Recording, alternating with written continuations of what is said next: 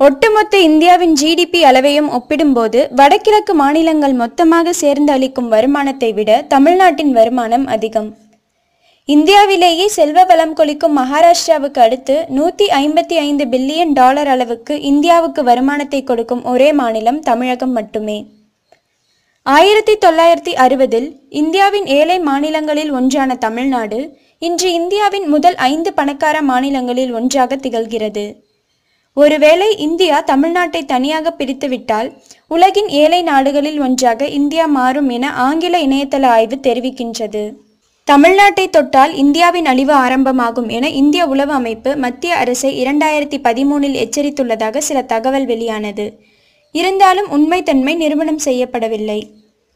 Automobile, அரிசி விவசாயம், தோட்டங்கள், சுற்றுலா, ஆயத்த உடைகள் ஏற்றுமதி, இந்தியா முழுவதுமான பட்டாசு உற்பத்தி, துப்பாக்கி டாங்கி தொழிற்சாலை, ஹிந்திக்கு அடுத்தபடியாக சினிமா தொழிற்துறை, டெல்லிக்கு பிறகு அனைத்து நாட்டு தூதரகங்களும் உள்ள ஒரே மாநிலம் தமிழகம். ஆன்மீகத்தில் மிக முக்கிய கோவில்கள், வரலாற்று இடங்களை கொண்டுள்ளது தமிழகம். உலக நாடுகளில் கிட்டத்தட்ட 5 நாடுகளில் தேசிய மொழியாக உருவெடுத்துள்ள மொழி தமிழ். 2ஆம் மொழியாக அங்கீகாரத்துக்கு 20 நாடுகளில் காத்திருக்கும் ஒரே மொழி தமிழ்.